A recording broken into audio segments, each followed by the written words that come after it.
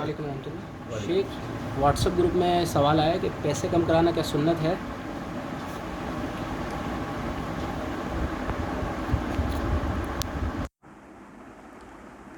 اس میں ایک چیز پہلے سمجھنے کی ہے کہ عام طور پہ ہمارے یہاں بھائی جو ہے وہ سوال کرتے ہوئے جو نا وہ یوں کہہ دیتے ہیں کہ جی یہ سنت ہے یا نہیں. اب سمجھیں اس بات کو کہ سوال یوں کرنا چاہیے کہ فلاں کام جائز ہے یا ناجائز ہے، یا فلاں کام کا شریعت میں جواز ہے یا ممانعت ہے، استحباب ہے یا کراہیت ہے. سوال یہ کرنی چاہیے. سنت ہے کا مطلب سمجھیں ذرا اس بات کو. رسول اللہ صلی اللہ علیہ وسلم کے لیے یہ بات کہنا کہ جی پیسہ کم کرانا سنت ہے. آپ سمجھیں کہ پہلی بات تو یہ کہ رسول اللہ صلی اللہ علیہ وسلم سے پیسے کون لے گا؟ اگر بالفرض رسول اللہ صلی اللہ علیہ وآلہ وسلم اگر مثال کے طور پہ کسی کو کہہ دیں کہ تم مجھ سے یہ پیسے لے لے تو وہ آپ سے ضد تھوڑی کرے گا. تو سوال کے اندر لفظ سنت جو کہا گیا تو یہ تھوڑا اس میں اصلاح کی ضرورت ہے.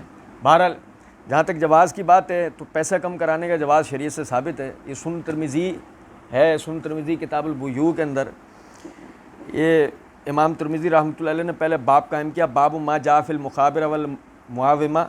اس کے تحت ایک ذیلی باب کا عنوان قائم کیا. پھر حدیث نمبر 1336 ہے کہ انس رضی اللہ تعالیٰ عنہ فرماتے ہیں کہ رسول اللہ صلی اللہ علیہ وسلم کے زمانے میں غلے وغیرہ کا بھاؤ چڑھ گیا تو لوگوں نے عرض کیا، اے اللہ کے رسول صلی اللہ علیہ وسلم ہمارے لیے بھاؤ مقرر فرما دیں، ہمارے لیے ریٹ مقرر کر دیں. تو آپ صلی اللہ علیہ وسلم نے فرمایا کہ اللہ تعالیٰ ہی بھاؤ کا مقرر کرنے والا، تنگی کرنے والا، کشادگی کرنے والا، رزق عطا کرنے والا ہے. بلا شبہ مجھے پوری امید ہے کہ میری اللہ تعالیٰ سے ملاقات ایسی حالت میں ہوگی کہ تم میں سے کوئی ایک مجھ سے خون اور مال کے بارے میں ظلم اور زیادتی کا طلبگار نہیں ہوگا. کیونکہ اس حدیث سے جہاں اور بہت ساری چیزیں سیکھنے کو ملتی ہیں، وہ ساتھ ہی یہ بات بھی سیکھنے کو ملتی ہے کہ کسی بھی شے کا ریٹ مقرر کرنا جائز نہیں. ٹھیک ہے، اس میں بھاؤ تاؤ کی گنجائش ہونی چاہیے. اس میں بھاؤ تاؤ کی گنجائش سے سب سے بڑا فائدہ یہ ہوتا ہے کہ اسے امیر بھی خرید سکتا ہے، اسے غریب بھی خرید سکتا ہے. اوسط درجے کا آدمی، نچلے درجے کا آدمی، اعلیٰ طبقے کا آدمی، ہر طبقے کا آدمی اس چیز کو خرید سکتا ہے. اچھا، بعض چیزیں ایسی ہیں، یہاں سمجھیں، نرخ کے تقرر میں بعض چیزیں ایسی ہیں کہ جن کی مارکیٹ آپ کے کنٹرول میں نہیں ہے. یہاں دیکھو حدیث میں یہ نقطہ غور طلب ہے کہ چونکہ غلے کی بحث تھی، اناج کی بحث تھی، مدینے کا ذکر ہے، صحابہ کرام رضوان اللہ علیہ مجمعین نبی صلی اللہ علیہ وسلم سے، کیونکہ آپ ان کے حاکم ہیں، آپ یعنی کہ ان کے ایک طرح سے حکمران ہیں، یہی وجہ ہے کہ ان کو کہا جا رہا ہے کہ آپ ہمارے لیے اس کے نرخ کو مقرر کر دیں، ایک ریٹ مقرر کر دیں. تو نبی صلی اللہ علیہ وسلم کا نہیں، اللہ ہی یہ کرنے والا ہے، میں نہیں کر سکتا. ٹھیک ہے نا. اس میں رسول اللہ صلی اللہ علیہ وسلم نے جو جملہ ساتھ ہی ارشاد فرمایا ہے کہ وسعت دینے والا بھی اللہ ہے، کشادگی کرنے والا بھی اللہ ہے. تو اس سے منطقی طور پہ نقطہ نکلا کہ اگر آپ ریٹ مقرر کر دیں گے تو تنگی والوں کے لیے تنگی اور کشادگی والوں کے لیے مزید کشادگی ہو جائے گی. تنگی والوں کے لیے مزید تنگی ہو جائے گی کیونکہ ریٹ مقرر ہو گیا، وہ چیز خرید ہی نہیں سکتا. اس کی مثال سونے کا ریٹ سے لے لیں آپ.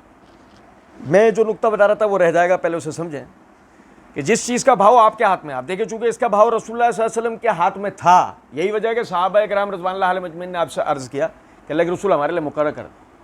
اب جیسے موجودہ زمانے میں سونے کا ہم ایک ریٹ مقرر نہیں کر سکتے کیونکہ اس کا بھاؤ ہمارے ہاتھ میں نہیں ہے، وہ بولین مارکیٹ لندن سے چل رہا ہے.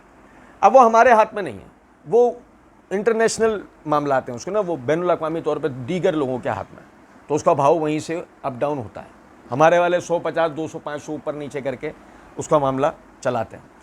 تو مقصد عرض کرنے کا یہاں یہ بات نہیں ہوگی کہ جی ہم ریٹ کو کم زیادہ نہیں کروا سکتے کیونکہ وہ ریٹ متعین ہے. جیسے پیٹرول، اب پیٹرول کا جو ریٹ ہے وہ آپ کی حکومت مقرر کر دیتی ہے کہ بھائی آپ کے لیے 84.85 یہ مقرر ہے. اب اس میں بھی مقرر کس حد تک کا ہے؟ فی الوقت، یہ کم بھی ہو سکتا ہے، یہ زیادہ بھی ہو سکتا ہے. تو کچھ چیزیں ایسی ہیں جن کے نرخ کا تعلق آپ کے ساتھ ہے، کچھ چیزوں کے نرخ کا تعلق آپ کے ساتھ نہیں ہے. تو جن کے نرخ کا تعلق آپ کے ساتھ ہے کوشش یہ کرنی چاہیے اس میں ریٹ مقرر نہیں کرنا چاہیے. یہاں ایک اور بھی نقطہ میں کلیئر کر دیتا ہوں. ہو سکتا ہے کسی بھائی کے ذہن کے اندر یہ خیال آیا کہ جو ہمارے ہاں برانڈز کی جو چیزیں فروخت ہوتی ہیں تو ان کے ریٹ طے ہوتے ہیں، مقرر ہوتے ہیں۔ ایک چیز آپ پاکستان میں ان کے آؤٹ لیٹ پر سے کہیں سے بھی، مثال کے طور پہ ایک چیز ہے 2300 روپے کی آپ خرید رہے ہیں، تو پاکستان کے کسی بھی علاقے سے کسی بھی آؤٹ لیٹ سے ان کے آپ خرید لیں وہ 2300 روپے کی وہاں بھی ہوگی۔ تو اس کا کیا معاملہ ہے؟ تو سمجھے ذرا اس بات کو، وہ ٹیکس پیئر ہیں، وہ ٹیکس ادا کرتے ہیں حکومت کو، تو ان پر ان کی اشیاء پر جو ٹیکسز لاگو ہوتے ہیں وہ ٹیکس گورنمنٹ کو پے کرنے کے بعد وہ ٹیکسز اپنے کسٹمر سے لیتے ہیں۔ آپ میری بات سمجھ رہے ہیں؟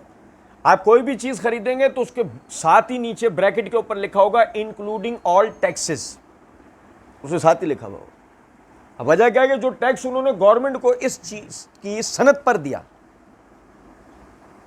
اس کے بنانے پر، اس کی پیکنگ پہ، میکنگ پہ اور دیگر چیزوں پہ جو بھی انہوں نے جو پیسے دیے گورنمنٹ کے، ان پہ جو ٹیکسز لگے وہ سب وہ آپ سے لیتے ہیں۔ تو ان سب کا جو ہے ان کے منافع سمیت وہ منافع 50%، 60%، 70%، بعض مرتبہ 100%، بعض مرتبہ 200% تک ہوتا ہے چیزوں پر۔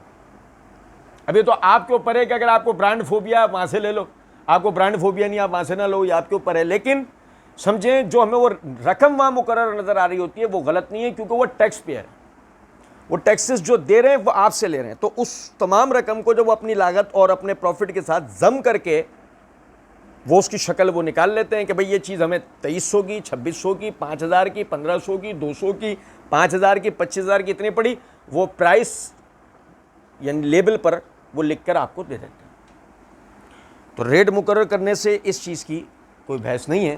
اللہ رب العزت سمجھنے اور عمل کرنے کی توفیق دے۔ وما علینا الا البلاغ۔